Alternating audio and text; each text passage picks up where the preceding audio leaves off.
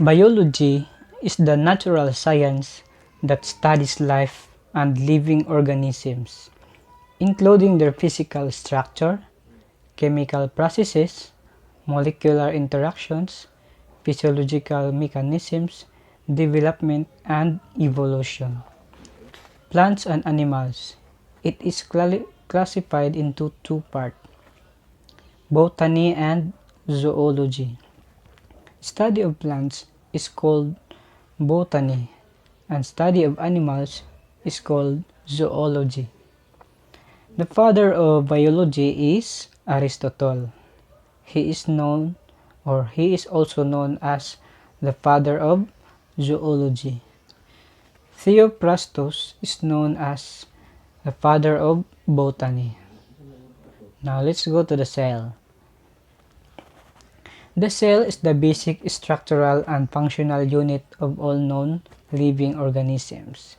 It is the smallest unit of life and is often called the building block of life. The branch of biology which deals with the study of cell is called cytology. The first living cell was discovered by Leeuwenhoek. So, the type of cells. There are two types. First is prokaryotic cells.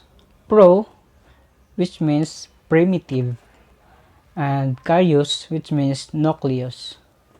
These are primitive cells lacking a well-defined nucleus and mixed of the other cell organelles. Example, bacterial cell. So the second cell is eukaryotic cells. Eu means true and karyos means nucleus. So these have a well-defined nucleus and membrane-bound cell organelles. These are present in unicellular and multicellular plant and animals. So difference between prokaryotic cells and eukaryotic cells. In prokaryotic cells, simple and primitive in nature, while in eukaryotic, developed and comparatively complex in nature. In prokaryotic, lacks nuclear envelope, while in eukaryotic cells, nuclear is present with elaborate nuclear envelope. So in prokaryotic, membrane-bound cell organelles are absent, while in eukaryotic, membrane-bound cell organelles are present. So in prokaryotic cells, single naked chromosome present, while in eukaryotic, many chromosomes are present. So lastly is cell division is direct in prokaryotic cells, while in eukaryotic, cell division occurs by mitosis or meiosis. So parts of cell and their functions. Protoplasm of cell. It is the living fluid matter present inside the plasma membrane. The fluid present outside the nuclear membrane is called cytoplasm, and the fluid present inside nuclear membrane is called nucleoplasm. Deutoplasm is the non-living matter of the cell. So, let us explore the cell wall. Cell wall, it is present in plant cells, bacteria, fungi, and some archaea. It is a non-living. It is composed of cellulose in plants and chitin in fungi. Its main function is to provide shape and rigidity to the cell. So, how about plasma membrane?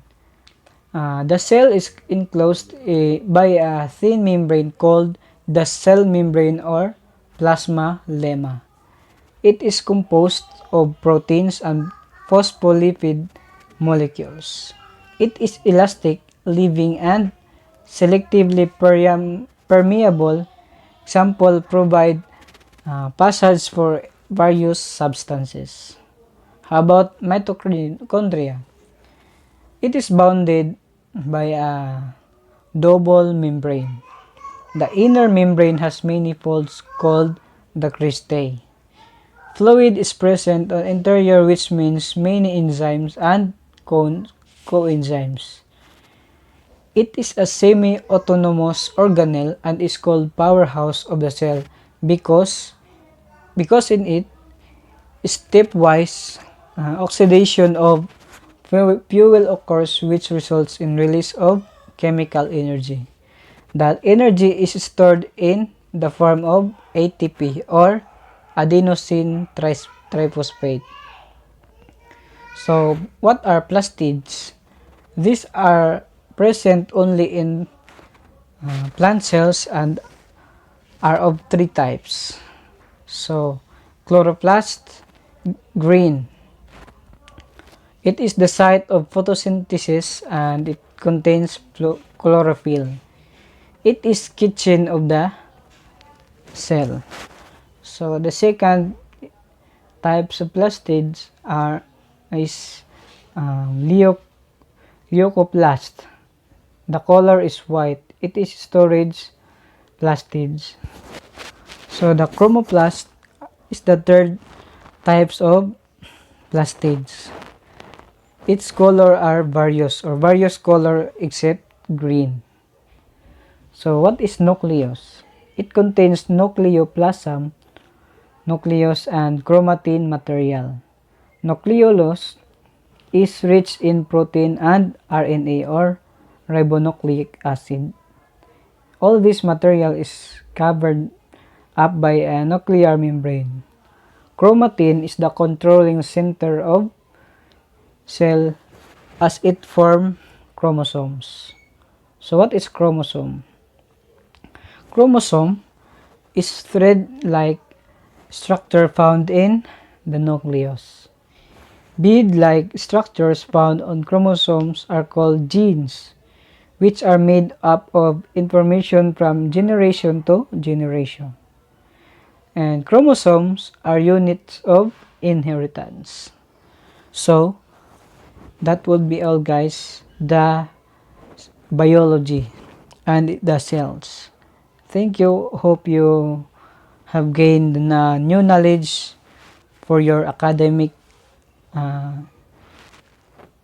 academic studies. Thank you and God bless. Please subscribe for more learning videos.